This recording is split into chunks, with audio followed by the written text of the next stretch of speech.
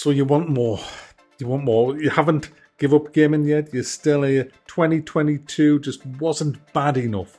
It just wasn't quite bad enough for you to give up on gaming. Well, here's a sample of what's to come in 2023. Let's start, guys, with Forespoken. Forespoken is it's one of the first. In fact, this could be the first review of 23.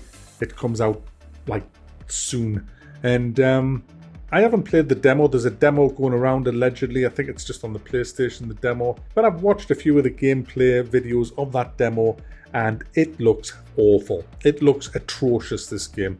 The combat looks spammy and shitty. The world just looks utterly boring. It all looks clunky and horrible. And there's collectibles. Collect these, collect them over there, and oh god, meaningless bullshit drivel.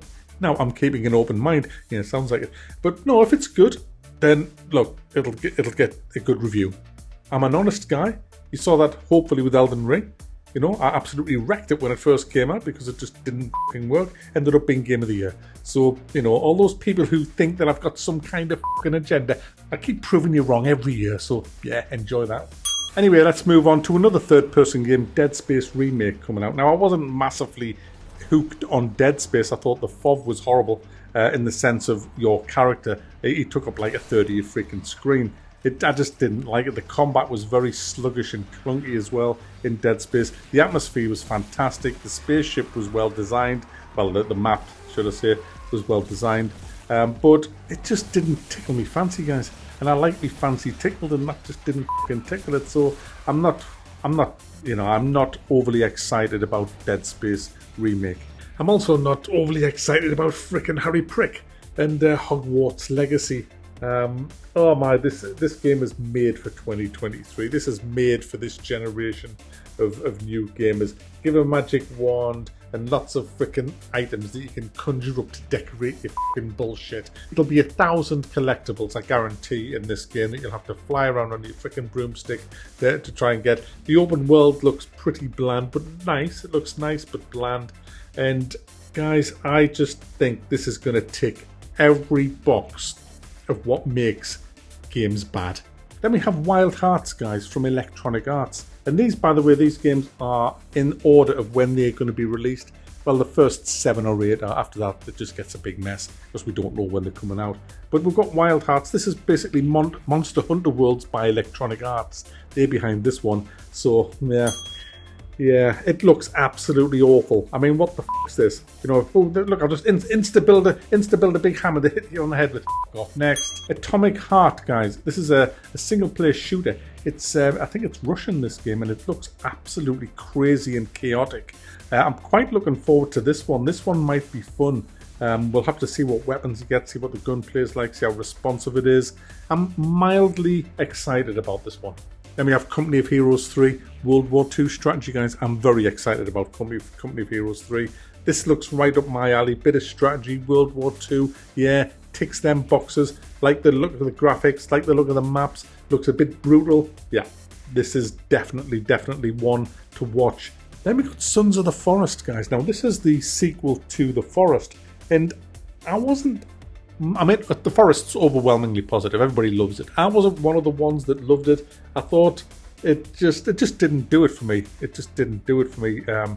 This, however, looks way better. The crafting looks more fleshed out. The graphics look a lot better. The mutants and monsters look really good. The combat still looks a bit, you know, but it looks damn good. I think this one might be one of the ones to watch out for this year.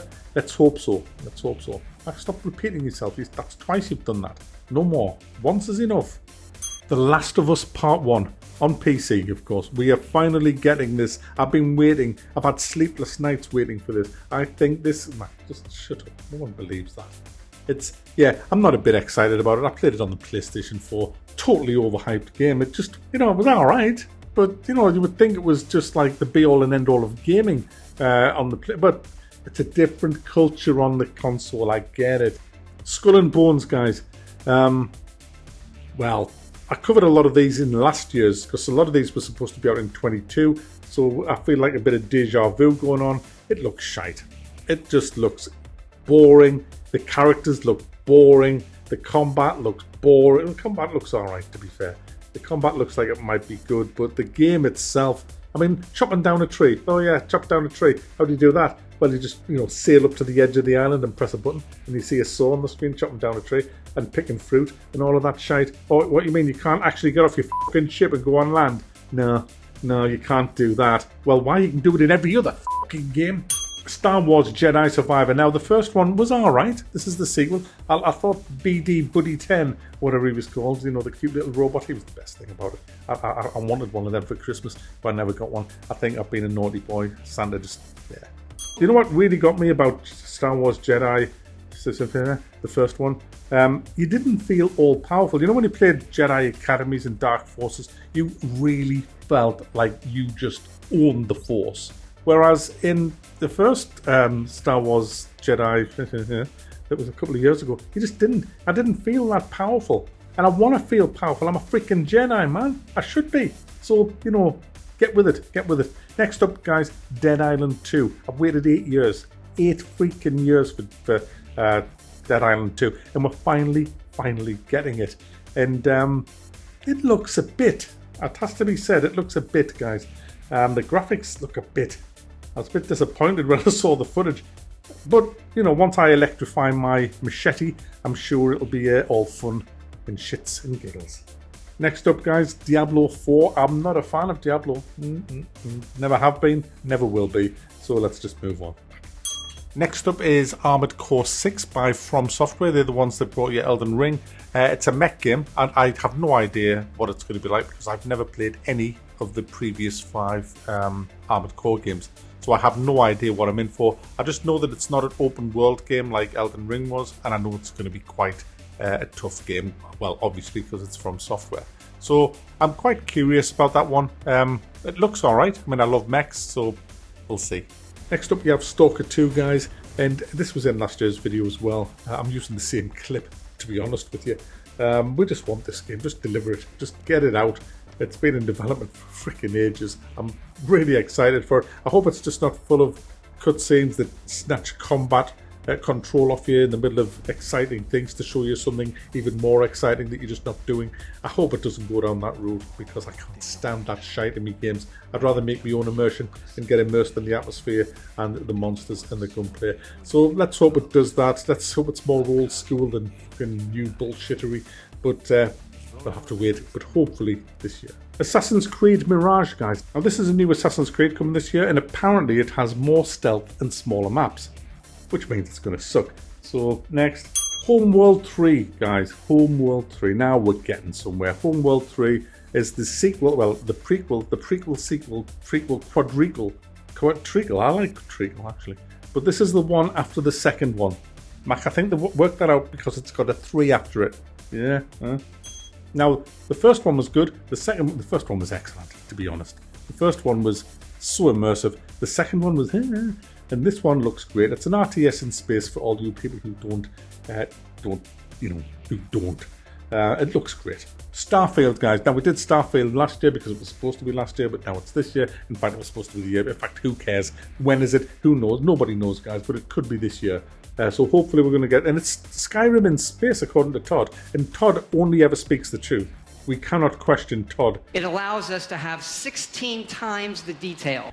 So it's Skyrim in space. So it's going to be Game of the Year. There it is, Game of the Year. Then we've got Redfall, guys. It's a first-person open-world vampire shooter for 1 to 4 players. And I have to say, guys, I've always wanted to play this chick running around with a pink shotgun. Yeah, it's going to be one of those... It's going to be one of those guys, but having said that, the gunplay actually looks decent. Now, if the gunplay is good, I can just blot everything else out. But if the gunplay is bad, that's just the end of me when it's a first-person shooter. Gunplay has to be good, then the maps have to be good, the monsters have to be good, the characters, well, they have to be good as well, but they just don't. I mean, what that? Nah. Then we've got, guys, Warhammer 40k Space Marines 2. It's time to put your big trousers on and get a big fucking gun, because this one looks great. This looks, I bet it's 2023 now. all things that look great aren't great. Remember the rules, the rules? Imagine if this is actually a good game. I mean, not a good game by the fucking, them lot standards, the people who have no standards. I mean, imagine if it's a good game by people like me, my standards, people who actually have standards. Can you imagine how good that would be? Imagine romping around as a space marine, just kicking ass with lots of weapons and big guns. Oh, guys, it could be. And finally, guys, we have Frostpunk 2. Who didn't like Frostpunk? What a great story. What a great musical score. What great narration. What great gameplay. It just had it all. Brilliant game. And now the sequel's coming out, guys. It's coming out sometime this year, we hope. And I'll be all over that like a rash. Now, I haven't mentioned Valheim V Rising, Satisfactory, Empire of the Undergrowth, or Test Drive Solar Crown, because I don't know if they're coming out this year. If they do, I've just named the 5 best games of 2023 right there. Valheim V Rising, Satisfactory, Empire of the Undergrowth, and Test Drive. I mean, if they all dock this year, my goodness, this is going to be the best year in gaming since. So there you go, guys. That's what's in store for 2023. I'll be there in among it all with me bells, me rants, and my praise where it's deserved. You want the truth? You want honesty? Then I wouldn't come here.